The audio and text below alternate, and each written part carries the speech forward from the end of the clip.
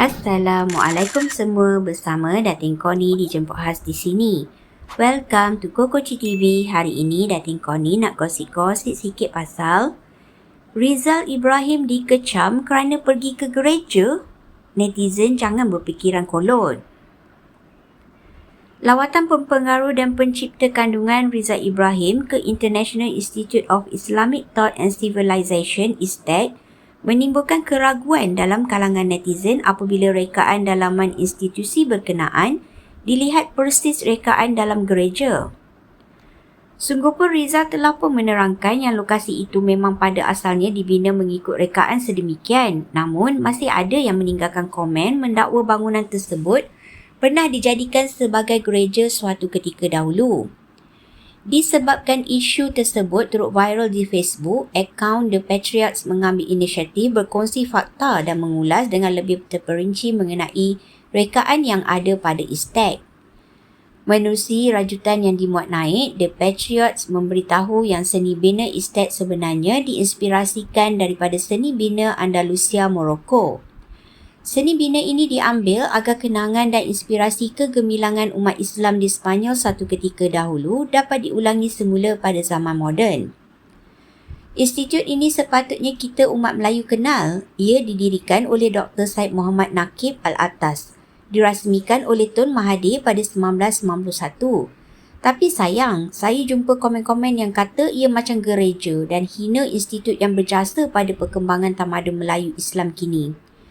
Sebegini bebalkah rakyat Malaysia kalau ISTEC yang menjadi pusat pemikiran mengkaji peradaban Islam pun mereka tak kenal?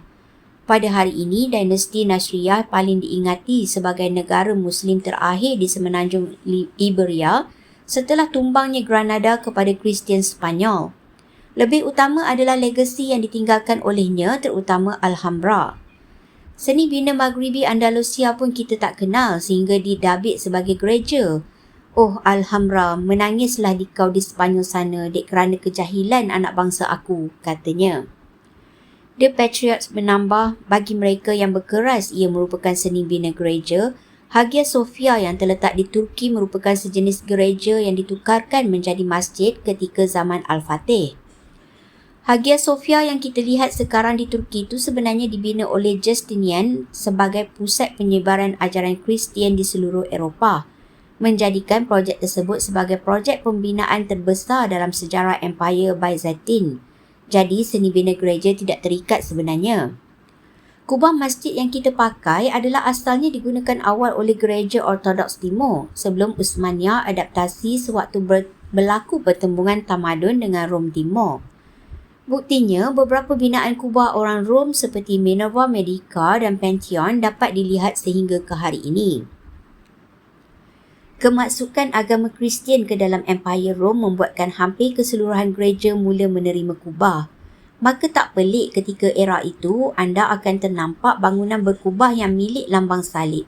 Malah sehingga ke hari ini juga anda boleh melihat pemandangan seumpama itu terutamanya di Rusia, kongsinya lagi.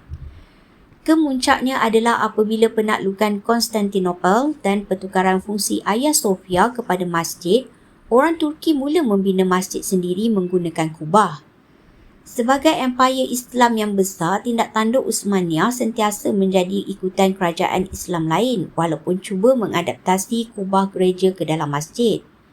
Bermula sejak itu, pembinaan masjid berasaskan kubah gereja mula tersebar di setiap pelosok dunia Islam. Kalau mereka-mereka dalam gambar ni kenal sejarah Hagia Sophia itu, nescaya mereka pasti akan membakarnya kerana ia asal sebuah gereja, katanya. Ya, kejap-kejap. Nak lihat apa seterusnya? Subscribe dulu, okey? Okey, sedikit ya. Janji. Okey. 1, 2, 3. Okey, subscribe. Terima kasih. Jangan main-main dengan sumpahan mulut aku. Cik Kihah nak pesan sikit ni. Rujukan kami ambil ni adalah dari artikel yang dipetik di media hiburan. Hati-hati ya nak pilih kesahihannya. Kami tak pula nak bertanggungjawab. Cik Kihah suggest anggap sajalah semua ni sebagai hiburan dan bukan sebagai satu gosip yang boleh disampaikan di tingkap jiran-jiran.